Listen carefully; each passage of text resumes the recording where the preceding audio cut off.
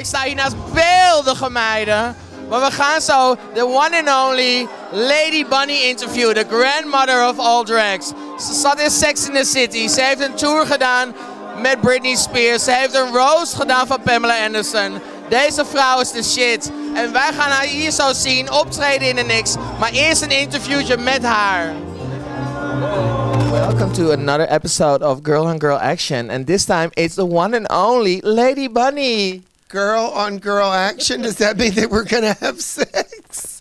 No, we don't do a Shaquita here. Oh, ooh, okay. No, Kai. No, but I thought it was a nice name for a show doing interviews with only drag queens. Well, you were wrong, but let's continue. So, this is the one and only Lady Bunny. And Lady Bunny, we know each other for what, like 12 years or something? I'm new on the scene. Wat speciaal voor jullie. Jullie oude koe uit New York. Voor jullie optreden. Geef een hartelijk applaus, Lady Bunny!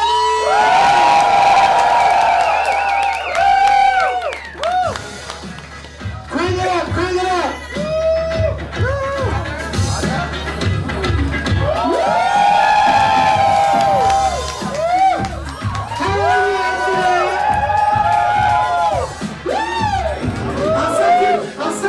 I'll suck him, and when he comes, I'll swallow. Girls, you know you better wash out, or guys are never gonna eat out. And the one things that people don't know, that Bunny is actually a great DJ. You are. And they especially don't know it after I've played.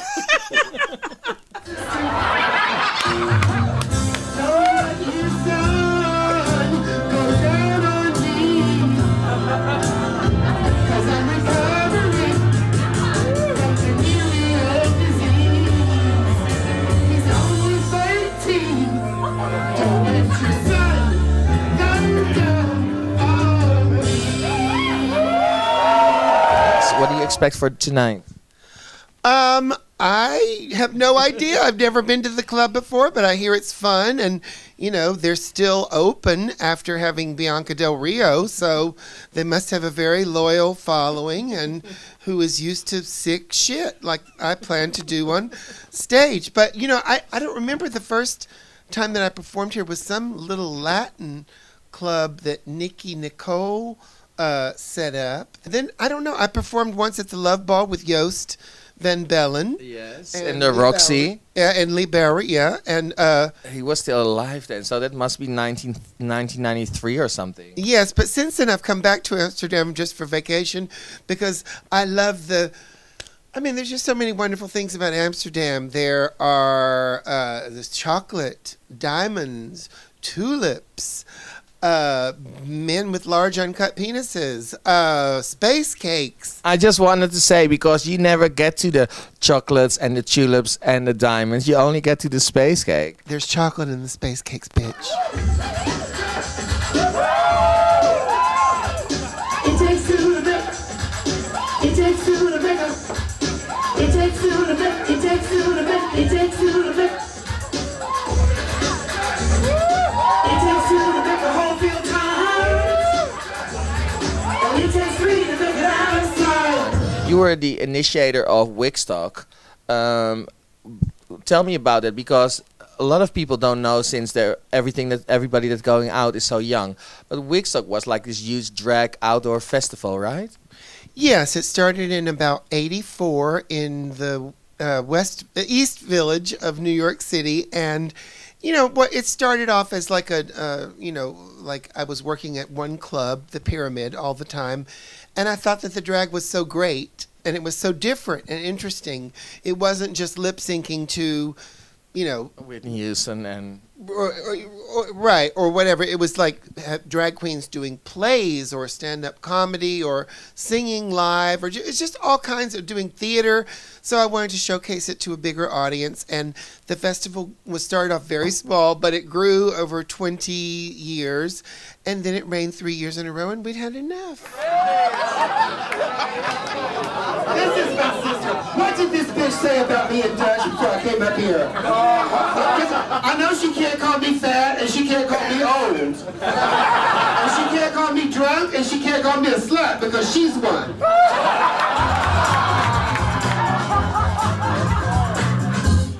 You know, I told RuPaul to act her age, and she died. What's long, black, and never gets turned on by Britney Spears? Me. A microphone. So Rosie O'Donnell is taking a new drug for lesbians who suffer from depression. It's called Tricoxagain. What's the difference between Madonna and E.T.? Both monsters have ridiculous cheekbones, but E.T. could act. But so you telling me that there are girls that plays and stand-up comedian. You still do stand-up comedian, just like Bianca does. What do you think is the difference between queens now, you know, seeing only things on RuPaul's Drag Race, for example, or things like that you've done in the past in Nightlife New York?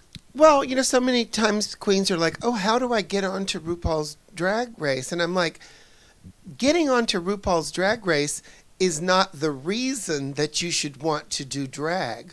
The reason that you want to do drag is that you have got something to offer that is unique. You're about something, whether it is, you know, the latest fashion look, and I don't know why I pointed in your direction when I said that, or whether it's that you do the best Beyonce impersonation in the world, or if you're like Bianca, the funniest stand-up in the world, or you do song parodies, or you know, impersonate the Mona Lisa. It's not just about the look, and it's not just about how pretty you are or how great your looks are. So I find that a lot of, you know, young queens are like saying, how do I get on RuPaul's Drag Queens? Develop an act, and they'll come looking for you. Exactly. But the other thing about Drag Race is you got to understand that, you know, don't think that because you can't get on Drag Race that you're not talented or pretty or whatever. Every season they want a bitch, a fat person, someone funny. Again, you're looking at me. Someone beautiful, someone, you know, who's from Puerto Rico that can't speak English. You know, or a club kid, you know, or someone crazy like Tammy Brown, you know, or me, you know. So it's like it's not necessarily a talent competition. You know what? I'm glad I could come to Amsterdam because I almost had to cancel this whole tour. Because of health problems. I went to the doctor and he said, buddy, your blood pressure is so high that you can go to Amsterdam, but don't eat anything fatty. I said, you mean like burgers or bacon? He said, no, I mean don't eat anything fatty. He was right. He was right. Yes, he was. Yes, he was, but I didn't listen to him, did I? Security. It's called reality TV, but it isn't real. No, true. But you hate reality TV, you told me. I'm not a fan of it because I grew up watching stars who had learned how to act, and they were acting in scripts and even on TV shows. Of course, there were some trashy TV shows, but there were also magnificent TV shows like The Carol Burnett Show, I Love Lucy, which showcased amazing actresses and actors doing, you know, with amazing jokes written for them. Yeah. So now it's like turn a camera on and see if something happens. Well, if they don't, oh, maybe they have a little bit of a fight. Well, if they don't have enough of a fight, then tell this one that that one slept with that one's boyfriend, and then the fight will get worse. But you know, the reality, all that is planned. You know, I did a pilot for a reality TV show about drag queens, and they invited me and one queen in New York City, who will remain nameless, who I don't get along with, just so that we would have a fight. And so when the guy came up and said, the director said, "You're all getting along so well. How am I going to sell a reality pilot about a drag queens that everyone is getting along like sunshine in church. I'm working as a drag queen now for more than 2 decades. So now we're out in a hallway with fluorescent light overhead having a fight, which I never do with any drag queen in my work. You know, having a fight and, you know, insulting each other in an ugly hallway. I asked someone what this past season of Drag Race was about, and they said, I don't know, there was lots of crying. And I thought, crying? How many times have I been to work in shows with other drag queens when I've seen them crying? I mean, I'm not saying that drag queens aren't bitchy on the stage. We love to read each other and make fun of each other, not because we actually hate each other. But you got to understand that these kids, I mean, like, I'm 52 years old and I'm addicted to Facebook. So when you go to shoot drag, you know, when you go to shoot Drag Race, they take away your cell phone, your computer access. Okay, imagine if I'm addicted to Facebook, imagine how that must short circuit someone who's 20-something years old. Suddenly they can have no Twitter, no Instagram, no Facebook. I can do a mean lip sync with every word and motion in place. And I've got 2 shits you can choose from, just like Diva Maydays.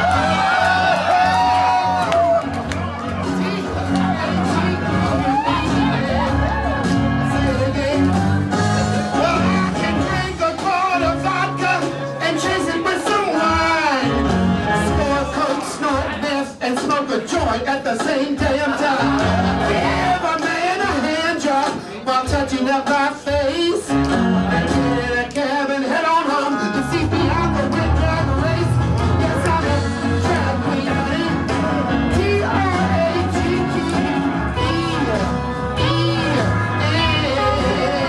I'm like the W-O-M-A-N, who just happens to be very tall. Sometimes drag queens get a bad rep from conservative gays. They ban dykes on bikes, trans people, and leather men from the fucking gay pride parade. And I thought this community celebrated diversity. Let me tell you something. Stonewall wouldn't have happened without drag queens just not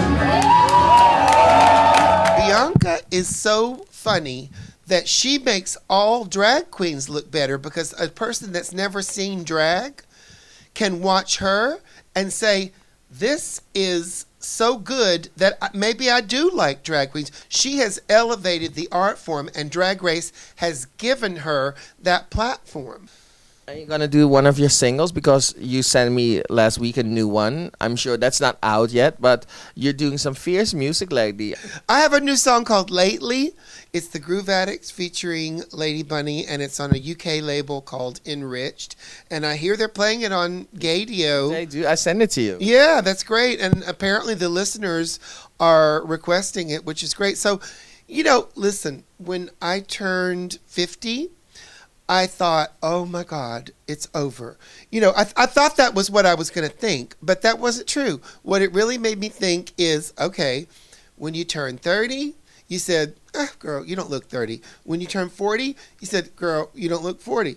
When you turn 50, it doesn't make any difference whether you look 50 or not. You're 50, okay? And you're not going to live forever, and you've lived for probably half of your life. You know, most of, so it made me think, what do I want to do in the remaining years when I'm here? And one of those is music. I've done comedy, I've done festivals, I've had little parts in movies and on TV, and Sex and the City.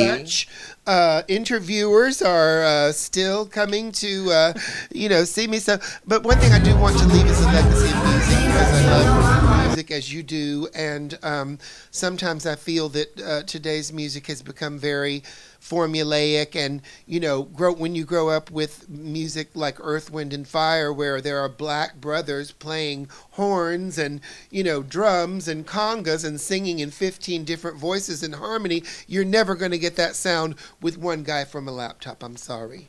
So, Hartwell Martin Garrix, listen to this. It's true, though. It's true. I can't wait to see you. That's why they sample big records. You know, that's why they sample disco records to make huge, you know, house records, even hip hop. You know, or or dance music. True. So I'm gonna see you upstairs. Thank you for having us here from MVS. We're happy to have you here in Amsterdam, and have a great show. Thank you, Mayday. Do y'all know Joey Arias here? He's quite remarkable. He sings with the voice of Billie Holiday, and then when you close your eyes, you literally hear Billie Holiday. You open them and you see Fred Flintstone and Billy Paystride. So maybe it's the... I said I needed a number.